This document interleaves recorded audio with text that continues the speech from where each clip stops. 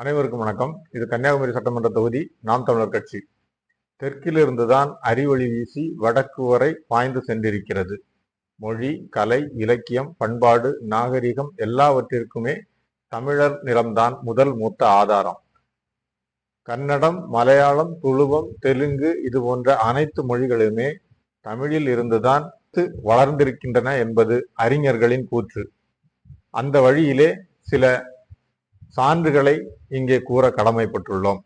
அதாவது, ஒரு சொல் என்பது இரண்டு மொழிகளில் ஒரு போல பயன்படுத்தப்படுமானால், அதன் இயல்பு மாறாமல், அதன் பொருள் மாறாமல் ஒரு சொல் இரண்டு மொழிகளில் ஒரு போல பயன்படுத்தப்படுமானால், அந்த சொல் எந்த மொழியிலிருந்து எந்த மொழிக்கு தாவியது, எந்த மொழி எடுத்துக்கொண்டது என்பதை கண்டுபிடிப்பது மிகவும் சிரமமான காரியம்.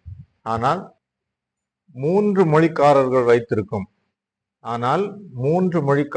வைத்திருக்கும் பல சொற்கள் நமது தமிழின் ஆழத்தில், காப்பியங்களில் இன்னமும் அதன் இயல்பு மாறாமல், அவ்வாறே அதன் பொருள் மாறாமல் அவ்வாறே இருந்து கொண்டிருக்கிறது என்றால், தமிழில் இருந்துதான் பிற மொழிகள் கிளைத்து வளர்ந்தது என்பது வெள்ளிடை மலையாக புலப்படுகிறது. உதாரணத்திற்கு, உணவு என்கிற ஒரு சொல்லை எடுத்துக்கொள்வோம். இந்த உணவு என்கிற சொல்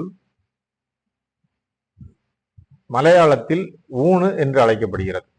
இந்த உணவு என்கிற சொல் கன்னடத்தில் ஊட்டா என்று அழைக்கப்படுகிறது. இந்த உணவு என்கிற சொல் தெலுங்கில் போஜனம் என்று அழைக்கப்படுகிறது. சரி, இப்போ அந்த உணவு என்கிற சொல் மலையாளத்தில் ஊணு என்று அழைக்கப்படுகிறது அல்லவா?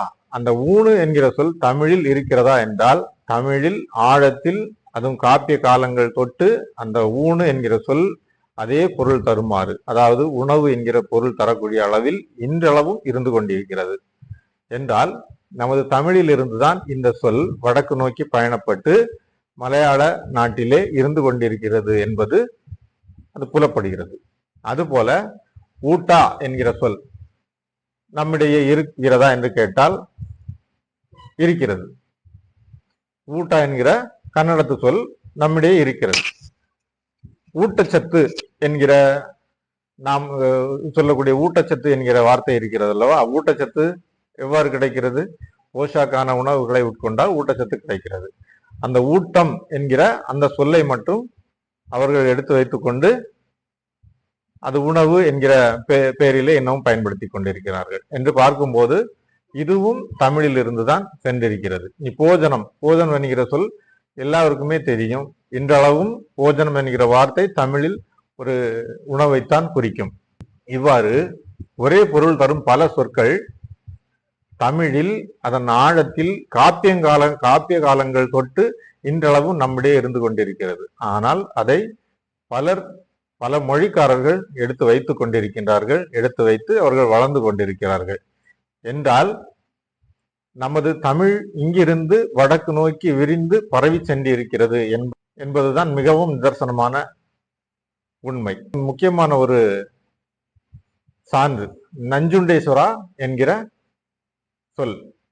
நஞ்சுண்டேஸ்வரா என்கிற சொல் கர்நாடக மாநிலத்தில் மிகவும் பிரசித்தி பெற்ற சொல். கோயில் தலங்களுக்கு, புனித தலங்களுக்கு இந்த பெயரை வைத்திருப்பார்கள். வீடுகளுக்கு, ஆட்களுடைய பெயராக, தொழில் நிறுவனங்களுடைய பெயராக, இவ்வாறு பல தரங்களில் இந்த பெயர் மிகவும் அதிகப்படியாக பயன்படுத்தக்கூடிய பெயர். இந்த நஞ்சுண்டேஸ்வரா என்கிற பெயரை நமது தமிழ் பிள்ளைகளிடம் 2ஆம் கிளாஸ் 3ஆம் வகுப்பு படிக்கக்கூடிய பிள்ளைகளிடம் எழுதி கொடுத்தால், நஞ்சு கூட்டல் உண்ட கூட்டல் ஈஸ்வரன் என்று அழகாக பிரித்து தந்து விடுவார்கள். அப்ப இதன் பின்னால் ஒரு காப்பியமே இருக்கிறது என்றால், திருப்பார்கடலை கடைந்து அமுதத்தை எடுத்து தேவர்களுக்கு கொடுக்க வேண்டும் என்கிற நோக்கம். அப்போ திருப்பார்கடலை கடைவதற்கு மந்தார மலையை போட்டு கடைகிறார்கள்.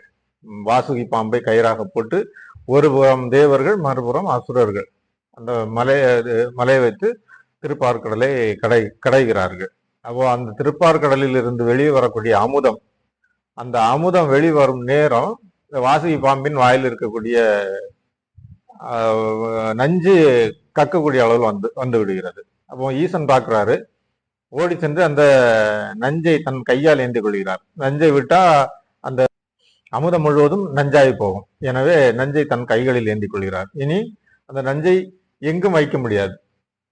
ஈரேழு லோகத்தில் எந்த இடத்தில் வைத்தாலும் அந்த உலகத்தையே அந்த நஞ்சு அழித்து விடும் வல்லமை கொண்டது. எனவே தன்னுக்குள்ளே இருக்கட்டும் என்று கோரி அந்த நஞ்சை குடித்து விடுகிறார்.